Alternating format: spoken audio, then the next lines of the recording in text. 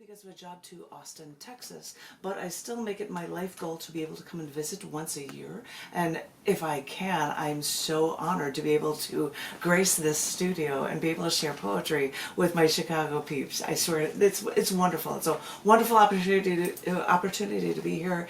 And it's interesting because the books that I'd done over the years, were about women's issues, and last year I think people heard me talking all about post-Roe v. Wade poetry, because even though Dowds v. Jackson happened 2 years ago, and it has not as much of an influence in Chicagoland area, people don't think about it, but when you move to the South and you see how it affects southern states, it was really something that I had to write about at great length. And so I did that a lot, but most recently a publisher on the other side of the planet asked me to do a book, and I came up with one that was titled The Universe is in Your Hands, and it is literally travel about different experiences and different cultures literally all around the planet. The book goes through from one side of the planet to the other. I try to even get some stuff about astronomy in there, because where did we come from, where are we going, universe stuff is in there as well. So I've been going around on my week-long poetry tour in multiple states, which of course got to start in Hot Springs. Oh, all right. One of the most repressive states for women, where I would get to share poetry, which they appreciated, because the thing is, when you share poetry to similarly like-minded people, you will get a positive response and people can learn and understand from it. I only wish that the voice could get out further to those who don't normally hear these things, but what more can you do? Anywho, so I've been going around sharing poetry, and this most recent book from Cyberwit Press, The Universe is in Your Hands, I'm holding it up like I'm at an open mic, which is the goofiest thing. I have to broadcast my book as much as I can. But it carries not only things about societal problems or flooding from Panama and them losing water because of the Panama Canal and what we've done to them, or about, climate change, or lava and volcanoes around the earth. But I also have some that are fun stories about how weird it is when people in Germany yell at you for something that you didn't do and you don't know what they're talking about. So there's all sorts of stuff in this book. So thank you for giving me this opportunity, Monica. No problem. It's absolutely wonderful to be here. So there's the wizard that is usually in the slot after me is just unable to make it due to a family funeral thing, and that happens. But I mean, I was excited because it's always more fun when you know somebody's like coming in. And you're like, what's gonna happen? Who knows? I don't know. Hopefully, fingers crossed, it all goes well. But I knew that if you were a friend of that wizard, that we would get along just fine, and no problem. I am a friend to all wizards. I love it. So it's just delightful that you're here with us. So just a real brief, what I know about you very briefly. Name, Janet, and I'm going to try to say it correctly, Kuypers? Kuypers. Kuypers. See, I said it wrong. Rhymes with hypers, yeah. I tried and I said it right earlier, because I pulled out my phone and she wrote down E-Y-E. For Kai. Kai. Right. Well, but then I see you. There's Seiler or Kyler, C-Y-L-E-R, is a street. And I'm like, well, that's the same kind of pronunciation. Got it. I don't know if it's a hard C or Well, but see, the thing, because I do have dyslexia, so names are the worst. Because they don't play fair. Because I relied heavily on phonics to get me through life. But then names are like, I don't know, it means this. And so I just go, sometimes I'll even spell a name out if I am unsure. If I'm reading an article, I'll be like, just in case I totally butchered that, here's how it goes. I do that with other languages. I'm like, how do I say this phonetically so I know how to say it? Yep. Kuypers, and I always say rhymes with hyper. My sister was a school teacher, and she was typing for a while. She's like, oh, rhymes with typer. How about, you try to come up with things like what you will remember. So, or I could say, if you know the liquor, De Kuyper schnapps, or hard liquors like that, or if you know astronomy, the Kuiper belt is like the asteroid belt, but it's on the outer edge of the solar system. And when Pluto was demoted, they figured that it was an object from the Kuiper belt that's going around our solar system.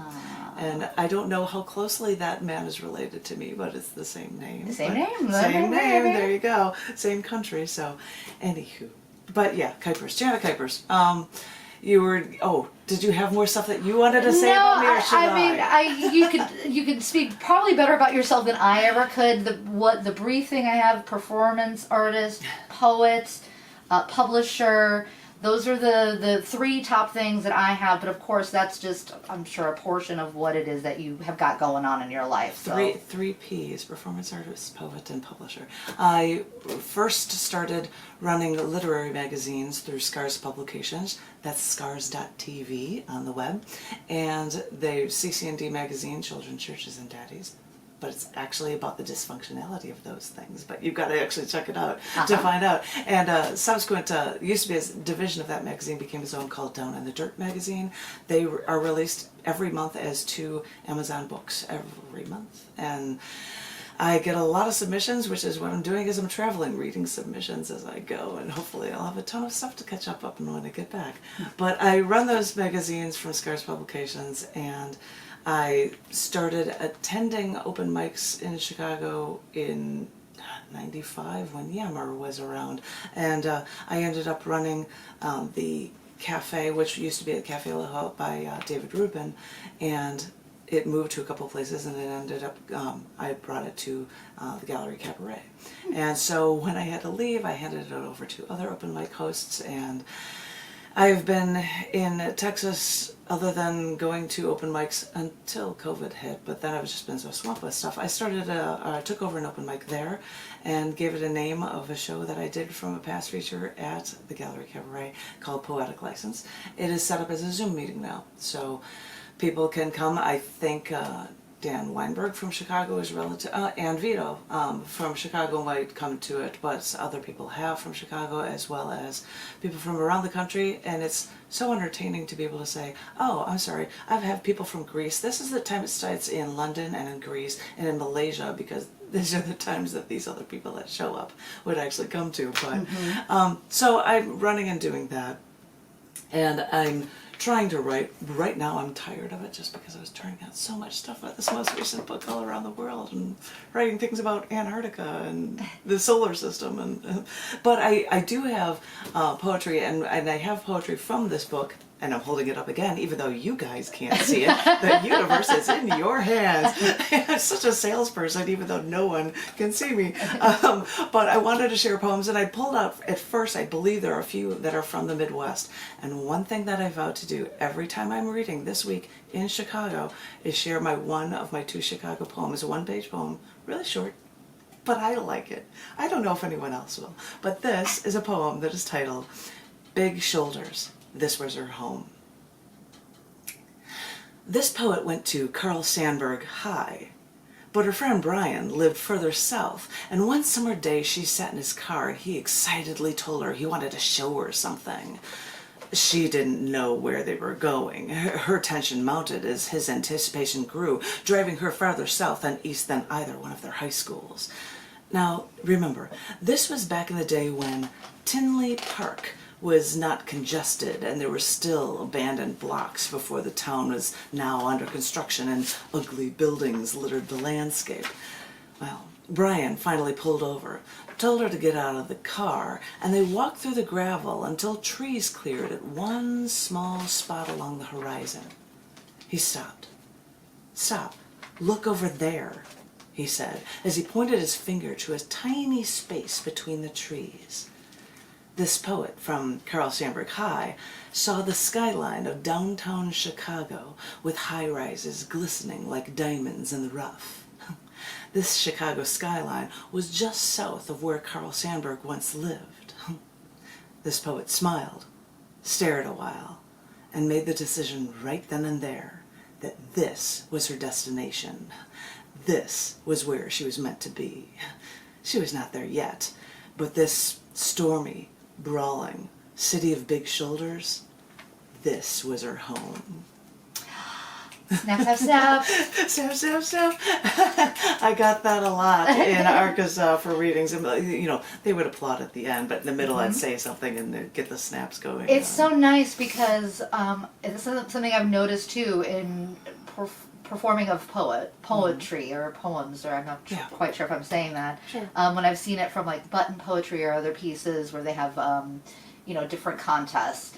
And it's so nice because it doesn't disrupt the flow of the performer, but it acknowledges like, I see you, I hear you type of thing. I totally get that. But that allows to them to keep going. Because not everybody necessarily has a speed, an inflection, and they're very particular, but sometimes they do. And there's a reason why they're gaining momentum in the poetry. As it goes and moves and faster, da da da da da, and for people to start clapping and be like, "Yeah, we're with you," kind of like, doesn't make sense. Yeah. So I think it's a fascinating thing that's developed over, and I've seen like lots of people do it now in just conversation.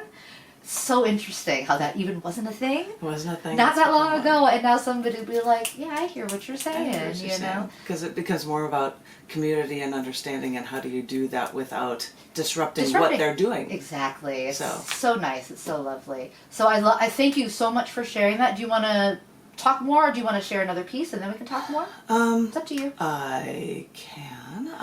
I'm looking at the ones that I've picked out that I thought were short and sweet and appropriate for the radio. Yes. Nothing too violent or nasty about women. Yeah. Actually, when I was at the Gallery Cabaret, I had a feature and I talked about science throughout it, but I butt in during the open mic to read things about Texas and Alabama and Arizona because of the 1864 law that they she's already nodding like, I know what you're talking about, because all of these things are relating to what has happened since the overturning of Roe v. Wade.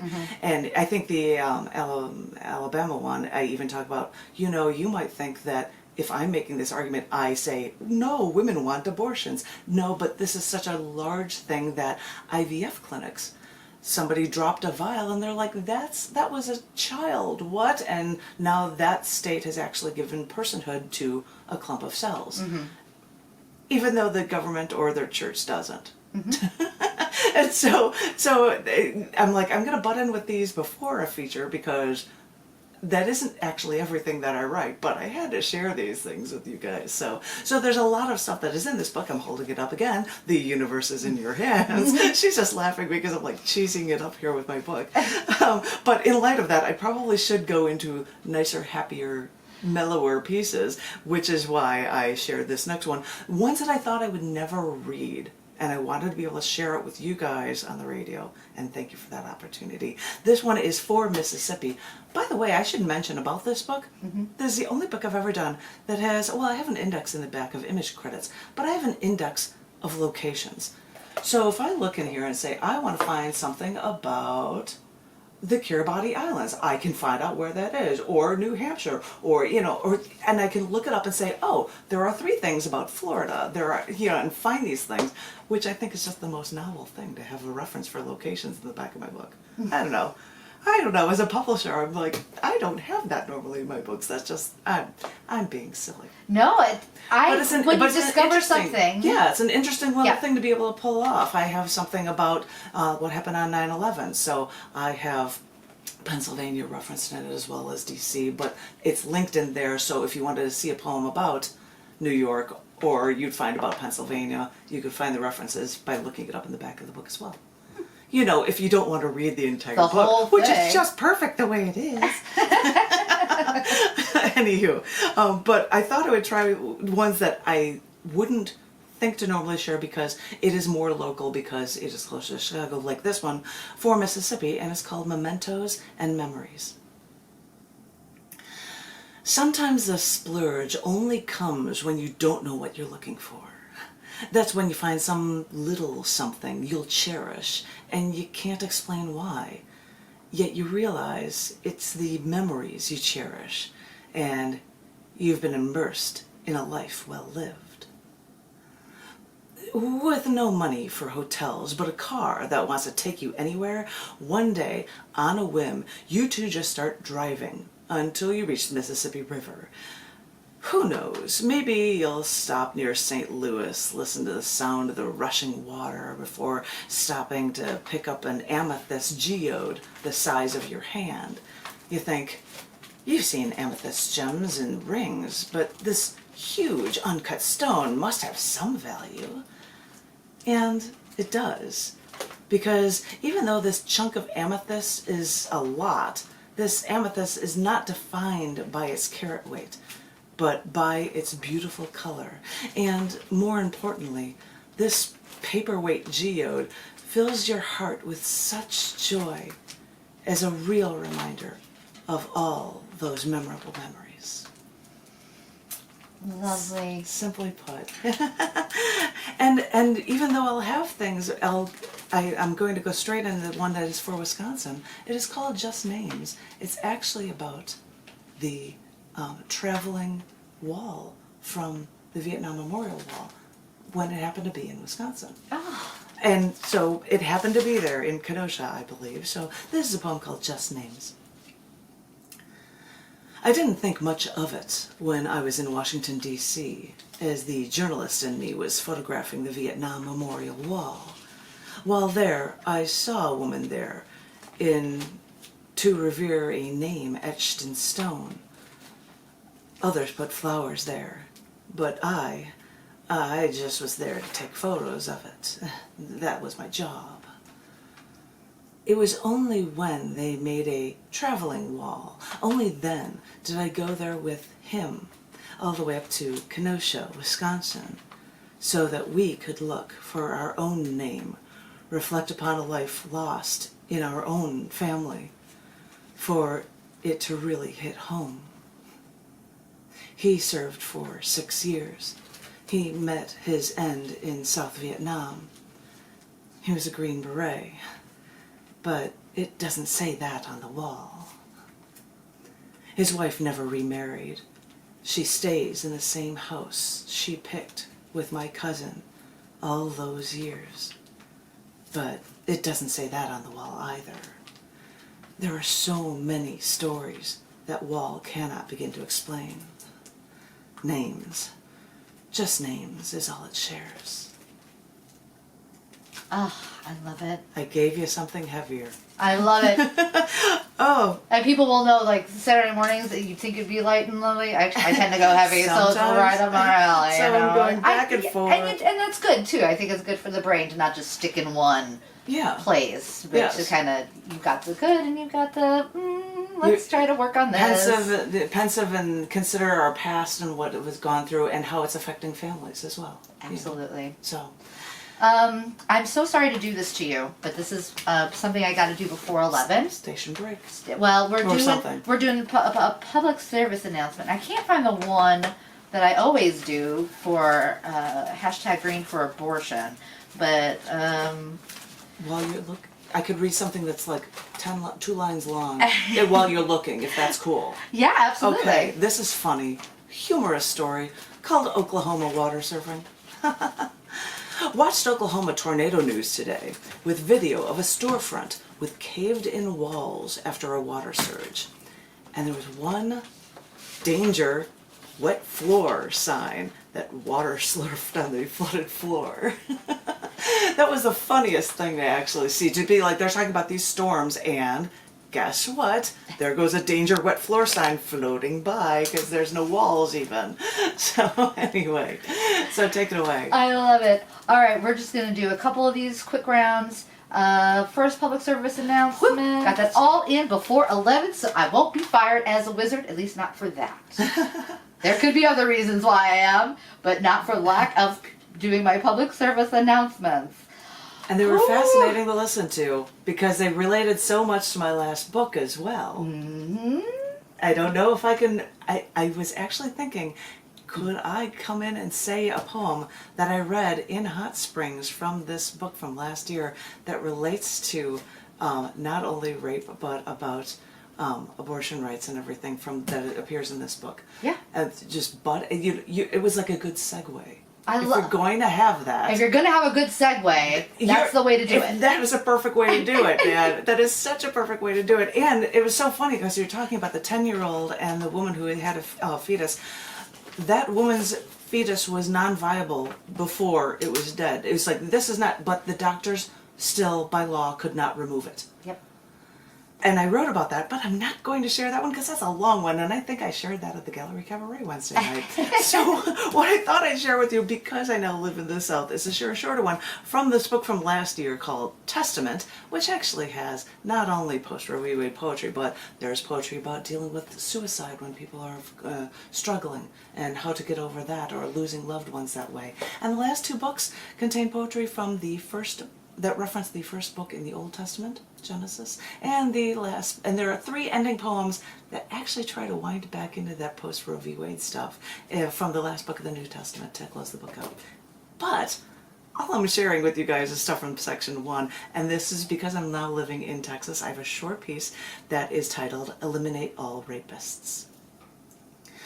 After Texas's abortion laws last year made no excuses for rape, Republican Governor Greg Abbott assured his people by saying, Texas will eliminate all rapists from the streets. I'm sorry, Mr. Abbott, but what a narrow view if you think all rapists are walking the streets to search for their next random victim. People in clinics in your state will tell you that 8 out of 10 rapes are someone the woman knows. So, whether or not you could keep the streets clean, the streets aren't the first place you should look, but to the men that these women once trusted. Eliminating all rapists is a wonderful idea, so saith this the Queen's Rape Workshop facilitator. But it's really a mystical, magical idea in the end, when the mentality of many men has to change before you law enforcement types can begin to climb this already uphill battle, eons in the making. For critics say Greg Abbott's statements seem to be detached from a reality when sexual assault hotlines in Houston are going just as strong as post-Texas rights removing and debilitating to women law passing versus before Abbott passed this to hurt women so. You can't stop something terrible like this, and you won't will it away with a single press release or a public statement. Especially when the only thing Texas has done to stop rape is to try to remove the backlog of rape test kits. Thanks for being on women's side once again, Governor. We should know that if you take away our rights in one place, your behavior won't change to help us ever, anywhere. Applause or not, but oh my gosh, it was just crazy, you know. That was a very odd thing to say. Real quick, we're gonna keep going along this track, but it is 11:01 according to the board. I'm not sure what time it really is, but we're gonna go with that. And you are listening to WZRD Chicago 88.3 FM, and we have a very special guest with us, Janet Kuypers? Because I thought hyper before I said the word. There we go. A performance artist, author, publisher. She does all the things. Poetry master, maybe. I don't know if that's quite open right. Mic host. There we go. Yeah, crazy with the books. And I look at things and I'm like, I recognize that font because I designed that. It's great. It's locked in my brain. And that's just in my makeup. And in fact, when we were doing this book that was, I'm just going to mention this briefly, 3 years ago that was released from Cyberwit Press called Shattering the Glass Ceiling, I said, hey, to my husband, John, I said, hey, library in downtown Austin has glass ceilings for walkways. Is there any way that maybe we can go walk on it and I'll take a shot and I borrow a sledgehammer and but then again, even though I'm standing on a glass ceiling, I'm looking up like what more can I go to and what more can I break down so that we can actually get on equal footing. So, and that was just funny to be able to do that. And I love it. It's a lovely image too. And that image was actually, well, we'll see how these work. And I'm like, this worked perfectly. So yeah. I won't bother. I won't go to that library again. No. But I just thought that worked. I don't have to bring cameras and stuff to try to do another photo shoot. I'll just leave it at that. So it must be such an interesting thing because you work on the words and you work on the what things mean and then at the end of the day, at some point you have to go, oh gosh, I have to have an image, and I have to have this, and I have to have an intro and all of that. So I'm sure with your publishing experience, you're like, yeah, that's what's called producing something. It ain't rocket science, sister. When I was doing it in the early days, I was, standing up and reading, or I did a show with Jason Pettis, and I'm like, you smoke. I need to borrow a cigarette to do something as a performer while I'm doing something.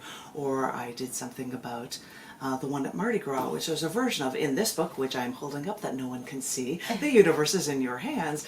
And I stood on a table like I was on a balcony. I jumped up and and everybody wanted beads, but I got them at parades. I'm not lifting my shirt and the whole thing. And so I was being a performance art then, but in 1998, after traveling around the United States, I was driving to my parents' house. So I was in the southwest suburbs and stopped in an intersection where 2 cars hit me, and I was in a coma for 11 days. Oh my goodness. And I had to relearn how to walk and talk and eat.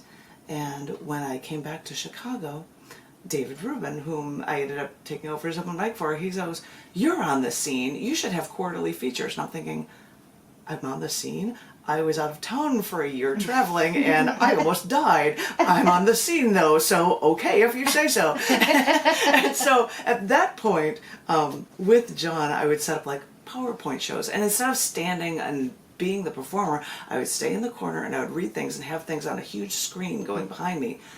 Therefore, I was doing so much more into images that would reflect things as I was talking. So it becomes that. And actually, you were saying you need to know images. When I run the literary magazines, I'm like, all right, I've got to come up with a title now.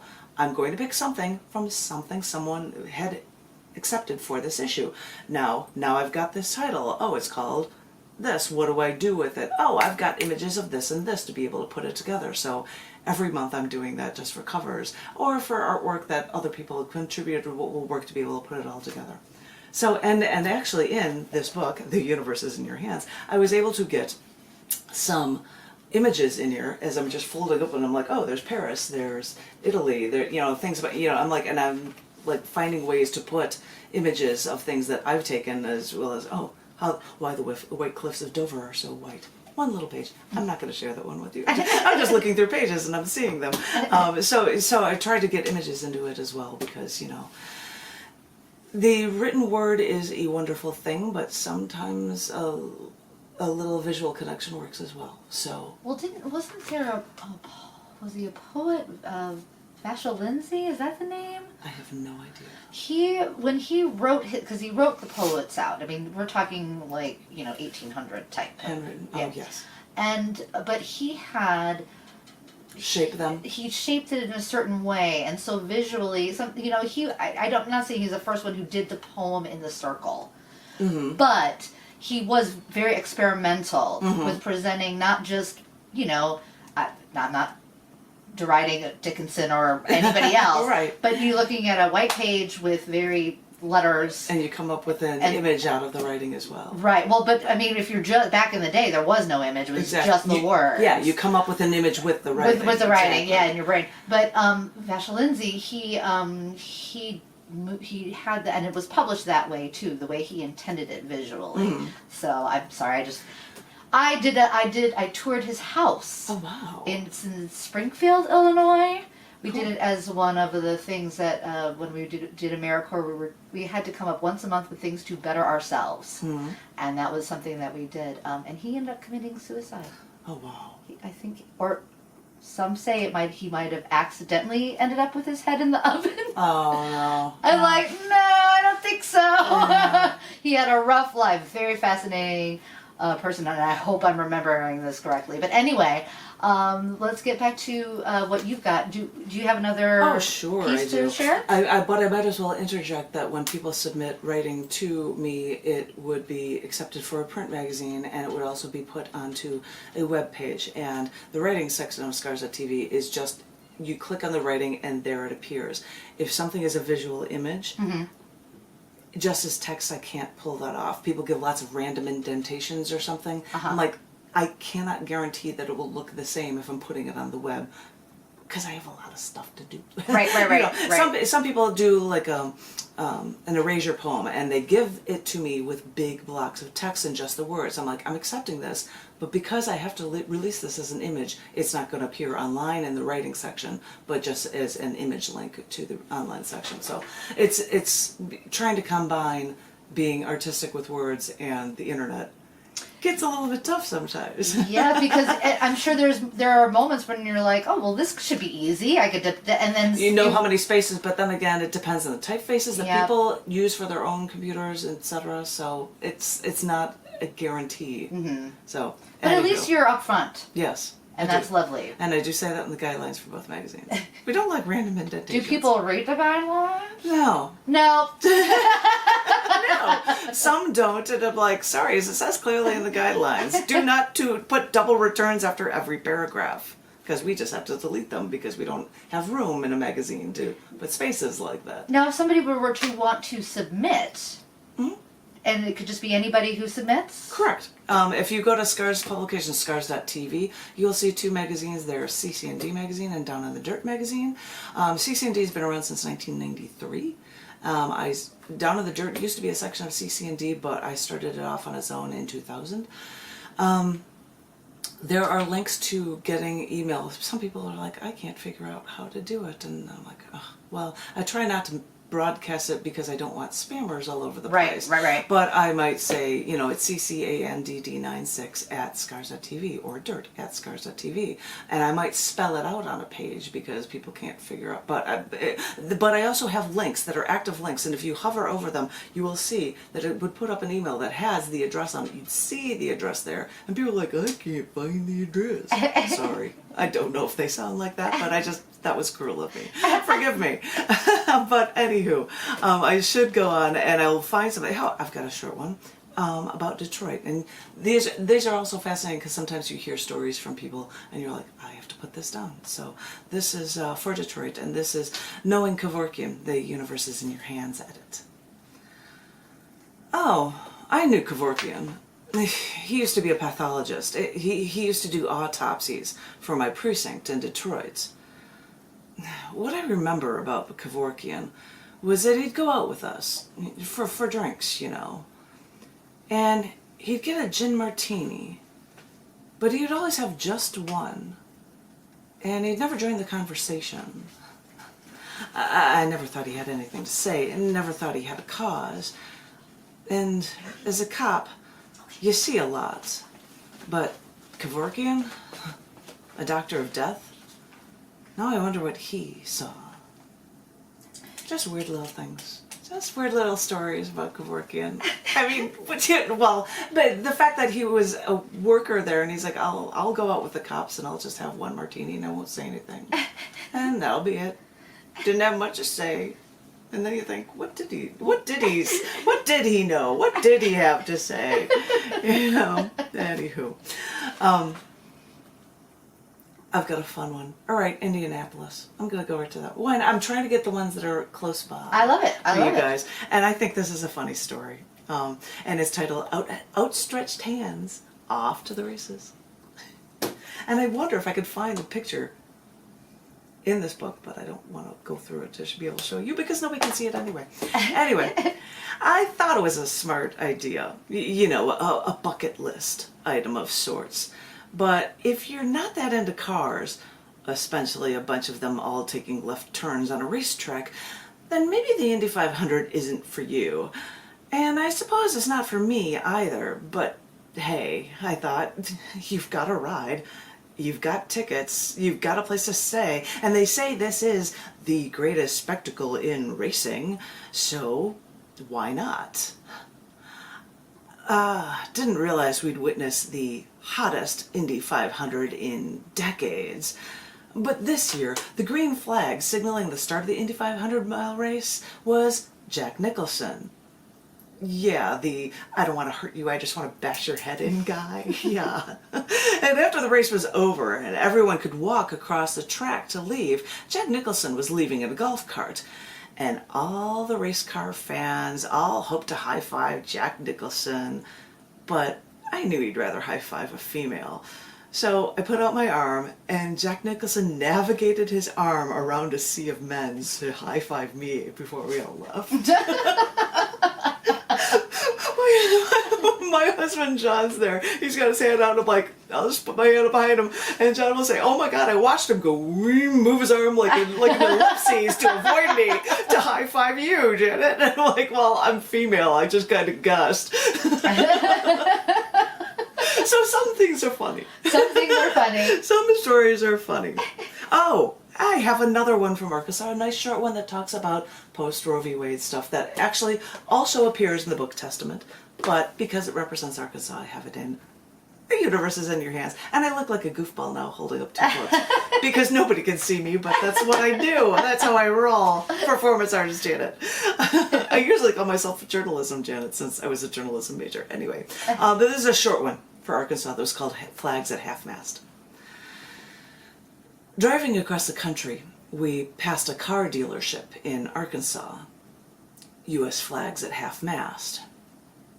I wondered if there was another mass shooting, but no other flags around were lowered.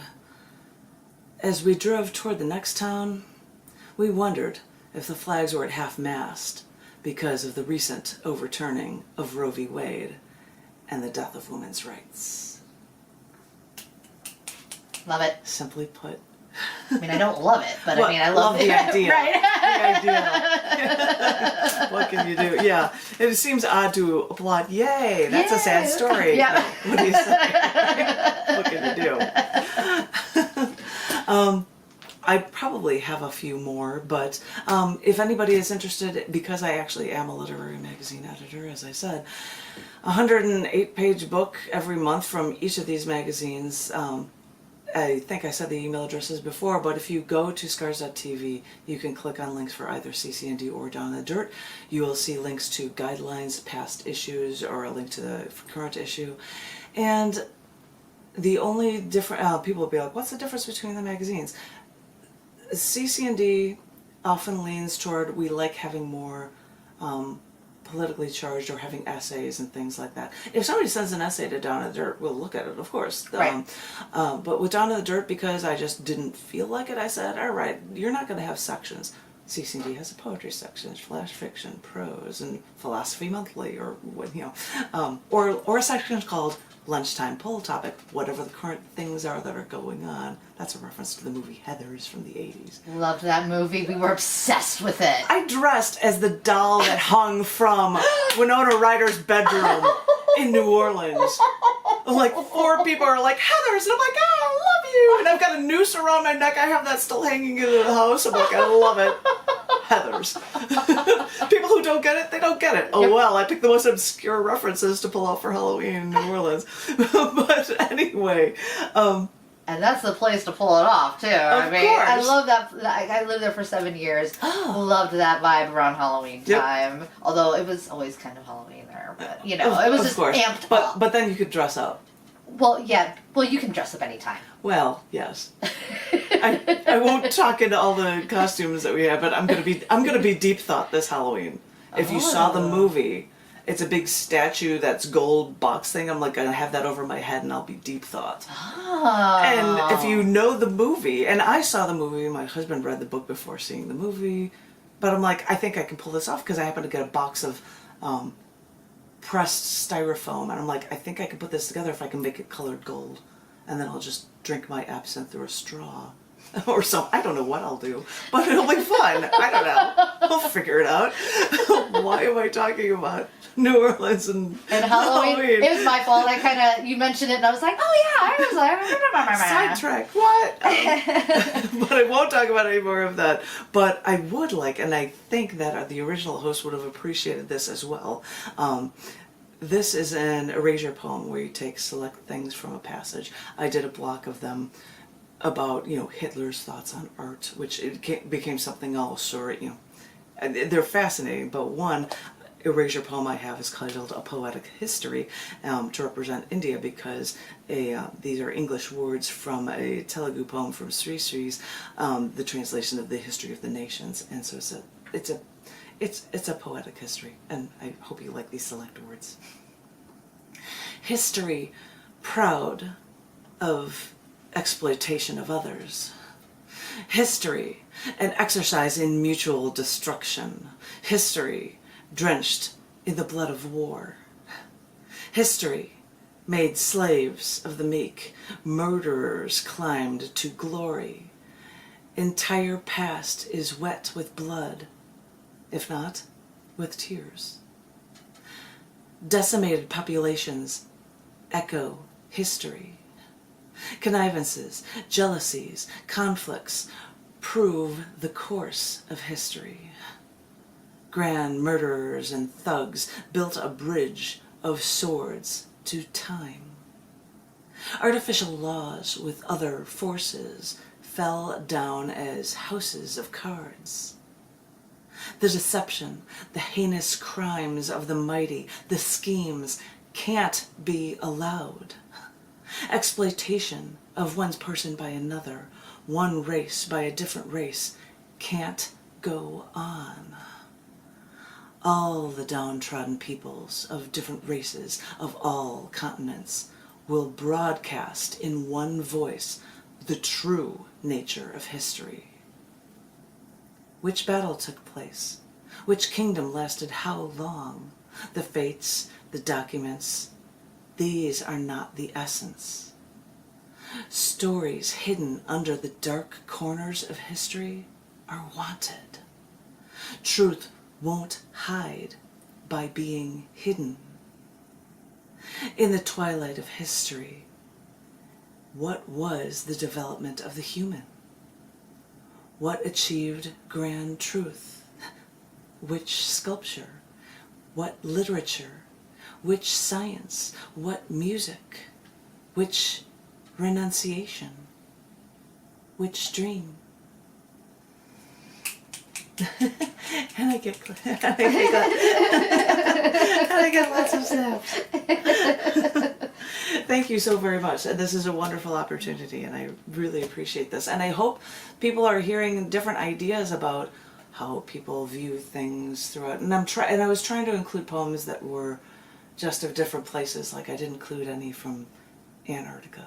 There were a couple. But, it's not cold enough. I didn't think it was appropriate to talk about camping and how freaking cold it was, or laying there for hours photographing penguins jumping into the Southern Ocean, which was excellent cool. But yeah. I'm not going to share poems, especially when it's August. Right. Ooh, especially when it's getting to the warm time of the year for here in Chicago. Yes. And a lot of people would say, nationally, they're like, Chicago. I'm like, Chicago might have some of the worst weather because it gets really stupid cold, not like it does toward the East Coast. Right. It might not get as cold as northern Minnesota, but stupid cold with the lake. And then with that humidity, you get a nice 100-degree days with lots of moisture. And, so we get the worst of both worlds here sometimes. Although in Texas, at least where we are in Austin, it's usually arid half the year. Because we're just in the middle of the state. We're hours away from water, so. Uh-huh. But anywho. So you're here for a week. Yes. What, and you may have already done it. What? But what are, it doesn't have to be one thing, it can be a couple things, but what's something that you're looking forward to? Well, I'm looking forward to being able to share these poems. That is the first thing. That is most definitely what, be able to share with people. And it is a shame that if I'm sharing poems about more tumultuous issues, that my voice doesn't reach their ears. Because only, I think I have a piece about peace. I'm like, it's a wonderful thing when we share our poems with like-minded souls, but find your worst enemy and then try to talk to them, and which is hard to do at times. So I have no idea who will hear these things on the radio, which is why I bounce back and forth, especially in this reading, between happier and heavier pieces and a bunch of different topics. I have to come for pizza. I have to. I just have to. I'm a vegetarian, but I'm, cheese cheese, give me my pizza, I'll have to have that, so that's a given. And there are certain places I'm like, I'll have to go by because these are places that I knew and love, and just to be able to be around them and feel comfortable. Which, in fact, I'm going to go to watch the Bears game, the preseason game today. Oh. Well, I lived in Chicago. I never watched a game because why? I had better things to do. Right. Right? No offense. I love Chicago Bears. That's not an offense, but the further away I get, the more I want to stay somehow connected. And I'm in Texas, and and I would go to Goodwill's and find Bears shirts. An away jersey from Urlacher, and I'm like, for $1, yoink. And so we'll see, and it'll be fun to watch, and it'll be fun to be around the people at my favorite place I love to hang out at and watch a game this afternoon, just because I don't get to do that up north. So I have listed here one poem, one more thing of the stuff that I wanted to share from absolutely. this book, and it is a different location. This is Argentina. Which actually has, I think, a couple of references in this book. The universe is in your hands. But it is titled Unique Roads. A cave in Patagonia houses the oldest known pigment-based rock art in South America, transmitting information across 100 generations. But while in Argentina, I only drank Patagonia beer, and Quilmes, of course, named for the city. Now, you'd think that if you knew me, you'd think I'd spent all my time researching Eva Perón. And sure, I photographed her statue, along with a ton of other statues and buildings and foliage, even street art when I wasn't reading poetry at their Biblioteca Nacional Mariano Moreno, or getting lost in Buenos Aires' 600 plus protected natural green spaces. Then again, if you knew me, you'd probably be thinking I'd be spending my time drinking the beer there. And knowing how I love my German Hefeweizen beers, you might be right, because at night I'd flock to the bars with German beers. There's a surprising number there, because Argentine diplomats and intelligence officers had, on Perón's instructions, rigorously encouraged Nazi and fascist war criminals to make their home in Argentina. After passing the tennis courts there, I eventually learned that famous athletes from Argentina even had ancestors from both Germany and Russia that escaped from World War II.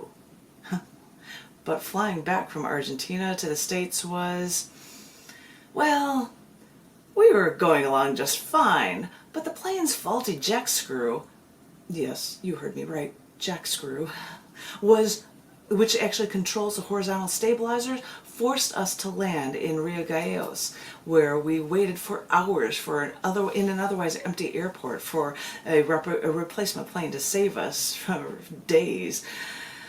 I walked a lot, and we bought a bombilla yerba mate straw for tea that I'll never consume to be our trinket from this trip. That straw has a place in our house now, along with those beer labels. My Eva Perón statue photograph is a front cover of a huge collection book when lockdown's over. And those Argentine roads, and as do those Argentine roads for the paths less traveled. For when you see those new unique roads, please take them. It's fascinating to go to different places and learn different things like that, and just have pictures of roads, and I'm like, that's going to be a book cover. Or Eva Perón, which was a statue of her with her, arched out, coming out of a wall. And when I was doing a collection book, and one of the titles, I'm like, I'm going to use the title Lockdown's Over, and that's a perfect image to go with it, of somebody breaking free from in that case, statue from Eva Perón. But anyway, there are things from all around the world there. I have both, one for the Pacific Ocean, one for the Atlantic Ocean.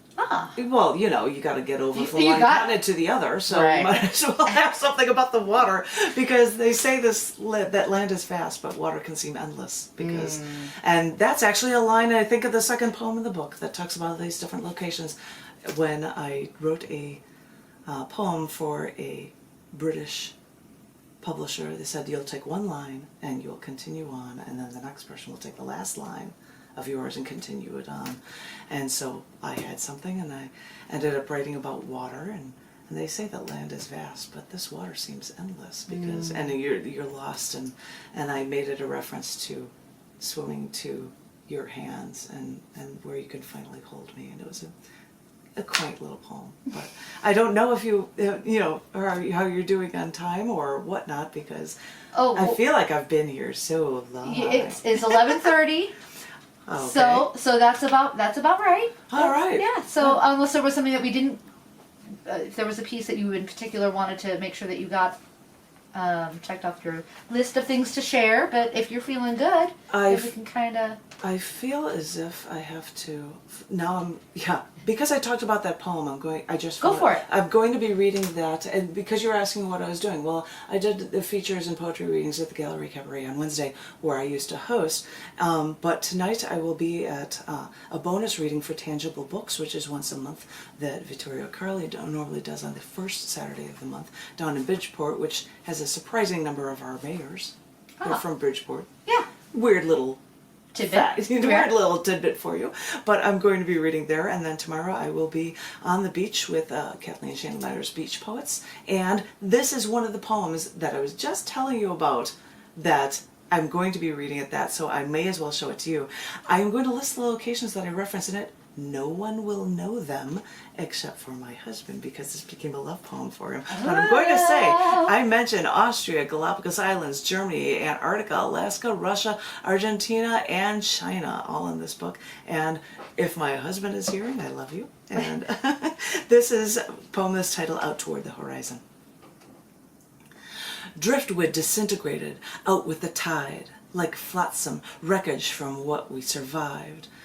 Jetsam drifts to shore like, while we all still so fall in love with the sea, and our essence drifts out toward the horizon until I find myself lost, wondering where that earth, that damn land is. I know, we're 70% water. I can feel like a fish, a dolphin, or even a bird like an Arctic penguin porpoising our way through the deepest depths, for water is our essence. Too many times that ocean has called out to me, and I dove in, head first, swimming out too far, until violent waves came crashing into me, capsizing me deep into the sea, forcing down into my throat an ocean of traumas, past, present, future, until I suddenly wonder if it matters if it rains, treading water. A cyclone, hurricane, typhoon swells inside of me, and water overwhelms me. I start randomly swimming, look for land, pick a direction, try to find that edge. They say that land is vast, but this water seems endless. So I start to panic. This is when I realize the edge is right there. Is it dirt? Is it sand? Until I finally get there, and I see the wrinkles in your cupped hands, holding that water, holding that world. And now it all suddenly comes flooding back. You saved me again like I saved you before. Our souls intertwined. We've lived for eons, nourishing each other. From climbing the Alps to following Darwin. Arbeit macht frei, wrought iron gates rattle in our hands. We shiver together in midnight South Pole winds. Make music before the 1 a.m. Arctic aurora borealis.